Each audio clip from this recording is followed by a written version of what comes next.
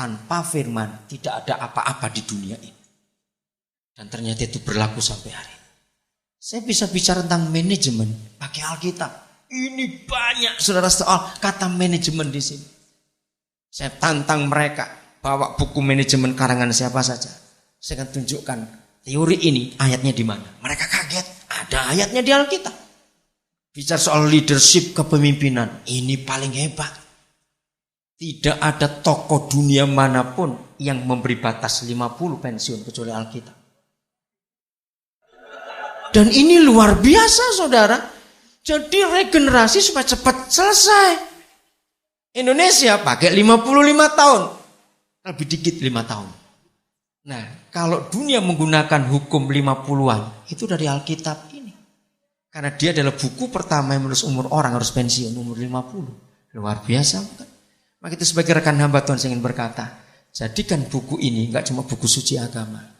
Di kecamatan saudara, di kabupaten saudara. Jadilah penasihat di kabupaten atau kecamatan. Bukan karena agama. Tapi karena kita punya buku pegangan yang luar biasa. Berapa rekan saya di desa-desa, saya suruh rajin lihat data di kantor kecamatan, kantor kelurahan. Berapa jumlah orang cerai, berapa itu penting. Tawarkan diri kepada pemimpin desa atau pemimpin kecamatan. Boleh enggak Bapak kumpulkan? Saya berikan ceramah. Enggak usah takut, ini bukan untuk Kristen. Firman untuk semua orang, katakan amin. Saya bersyukur kepada Tuhan, dia memberi saya kepercayaan untuk bisa bicara dengan banyak orang yang bukan Kristen, pakai Alkitab, tapi saya enggak tunjukkan. Maka itu ketika saudara, saya bisa nyebut semua hal itu karena betul-betul saya sudah dilatih oleh Roh Kudus untuk melihat ayat ini luar biasa. Sehingga dengan kata lain saya bisa khotbah tanpa Alkitab, bukan saya sombong. Karena ini hidup saudara, dia itu luar biasa.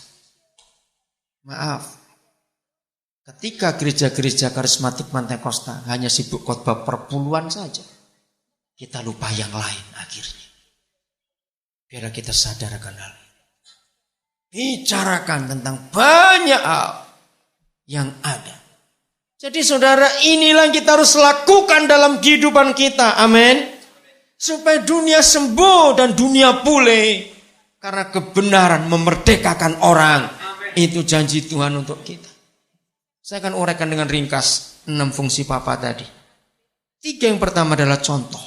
Salah satu artinya hidup rohani, takut akan Tuhan. Itu yang pertama, adil. Anak-anak yang kita pimpin, baik anak-anak kandung, akan sangat sakit hati kalau kita pilih kasih. Ya atau tidak? Hati-hati dalam jemaat. Kita nggak boleh memilih kasihkan orang.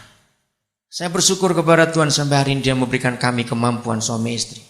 Sekian ratus anak yang kami mentori sampai hari ini. Bersyukur kepada Tuhan, nggak ada mereka yang iri hati. Saya ajarkan pada mereka. Saya buat semuanya sama. Dan salah satu yang buat mereka tidak akan iri hati satu dengan yang lain. Nomor 1 yang saya bagikan, uang saya mereka itu tahu berapa jumlahnya. Saya nggak pernah takut sama sekali anak-anak yang saya mentori itu mengetahui berapa uang saya di bank. Saya tidak pernah menutupi. Bahkan dompet saya tuh nggak pernah taruh di badan. Saya itu dari dulu punya anggapan, benda paling kotor itu uang. Sudah. Itu bakterinya paling banyak karena sudah ganti-ganti tangan itu. Maka itu dari dulu saya nggak pernah taruh uang di baju atau di saku celana. Walaupun ada dompet, saya tetap taruh di tas saya. Dan saya nggak pernah urus. Kemarin saya dan kami pelayanan dari pagi sampai malam. Tas itu tetap akan ditaruh di tempat lain. Saya nggak mau. Anak-anak saya tahu, yang saya mentori tahu. Uang saya berapa mereka ngerti. Saya nggak pernah takut. Kenapa? Karena mereka tahu bagaimana saya berjuang untuk mereka. Maka itu jadi contoh untuk yang kita mentor itu penting. Dan ternyata uang itu penting untuk kita terbuka, untuk kita jujur. Ada satu kalimat yang lebih sakti dari dalam bahasa Jawa di samping kata legowo, namanya bloko suto. Maaf yang gak Jawa saya terangkan. Bloko suto itu transparan, tembus pandang. Para pemimpin Jawa sangat percaya. Karena saya belajar tentang filsafat Jawa dan nada Jawa. Seorang pemimpin di Jawa tidak akan punya kesaktian kalau enggak transparan hidupnya. Kenapa? Karena ilmu putih yang sakti enggak akan bekerja dengan kesaktiannya kalau ada hitam dan kegelapan di dalam diri. Itu prinsip filsafat Jawa. Maka itu bloko suto, artinya terbuka. Kalau saudara tinggal dengan saya kantor sampai hari ini, kalau toh kami pergi kemana saja, kamar kami dan almari kami nggak pernah kunci. Dan kami tinggal terbuka. Maka itu murid-murid kami, mereka heran lihat kami hidup. Mereka tahu kami nggak ada yang kami sembunyikan. Kalau kami pergi lama, mereka bisa bongkar kamar itu isinya apa. Nggak ada satupun kunci yang kami boleh pakai. Dan di rumah itu selalu ada orang tinggal. Maka itu mereka percaya betul. Bukankah seperti itu Yesus mempercayai kita? Ternyata prinsip pemimpin mempercayai orang untuk kekayaan dirinya. Itu membuat yang dipimpin jadi loyal dan terbuka betul. Jangan takut diketahui keberadaan kita. Jangan takut.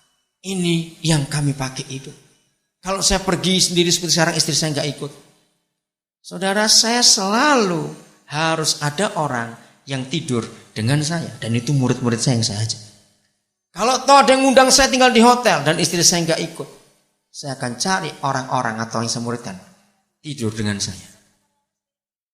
Supaya mereka belajar bagaimana cara saya hidup.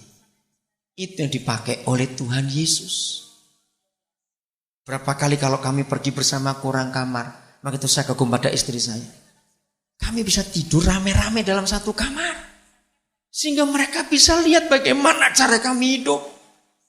Bagaimana cara kami gunakan kamar mandi, bagaimana cara istri saya yang gunakan sikat gigi. Mereka lihat semua. Karena kami gak takut diketahui keberadaan kami. Karena kami gak punya rahasia dalam hidup ini. Ini penting saudara dalam kepemimpinan. Mengapa Yesus memiliki model itu? Murid dan guru tinggal bersama-sama. Belajar gak cuma di ruang kelas. Dalam hidup sehari-hari. Katakan amin. Ini yang salah dalam gereja. Duduk seperti gereja sekarang ini cara Yunani. Yunani itu guru-guru duduk di depan, murid jauh dari guru. Ini salah sebetulnya. Seharusnya ketika para gembala, ada pengerja, ada orang tinggal di rumah, itulah murid-murid kita. Didik mereka. Jangan ada jarak antara mereka dengan kita. Ini 3 hal yang pertama. Saleh. Adil, tak bercacat. Kita mau dinilai dalam segala hal dalam hidup kita. Gak usah takut. Oke? Yang keempat, menasehati. Itu memberi arah. Tolong salah seorang bacakan 1 Raja-Raja 1 ayat 6 dengan cepat. Terima kasih. Saudara tahu kisah Adonia? Jahat gak dia? Memalukan. Dia meniduri adiknya sendiri. Betul? Mengapa Adonia jadi seperti itu? Ini kesalahan Daud. Dia enggak berfungsi sebagai papa untuk anaknya sendiri. Enggak pernah ditegur, enggak pernah dinasihati, dimanja. Kenapa? Alasan klasik, cakep. 2, anak pertama. Itulah orang timur. Anak pertama lagi, cakep lagi. Wah, dimanja habis itu. Hancur hidupnya. Saudara tidak boleh keras kepada anak, itu dosa. Tapi tegas itu harus. Bedakan. Rasa bedanya tegas dan keras? Beda sekali. Kepada jemaat kita harus tegas, tapi bukan keras. Jadi kalau bapak nggak bisa jadi penasehat, anak liar. Saya beri ilustrasi. Betapa bahayanya kalau semua jalan raya nggak ada garis putih di pinggir, di tengah, dan di pinggir lagi. Tabrakan di mana-mana. Nah, nasihat ayah itulah jalur untuk anak. Yang kelima, menguatkan hati. Wah, ini seru sekali, saudara. Mengapa kok kita dengar anak-anak muda sekarang punya kata, kamu nggak pede, kamu nggak pede. Tahu arti kata pede apa? Percaya diri. Apa itu percaya diri? Percaya diri itu modal utama seorang anak bertumbuh dewasa. Anak yang nggak punya percaya diri akan jadi penakut. Anak yang penakut nggak akan pernah belajar apa-apa. Dan kalau anak nggak bisa belajar apa-apa karena takut, dia jadi anak bodoh. Percaya diri itu lahir karena fungsi papa. Yang kelima,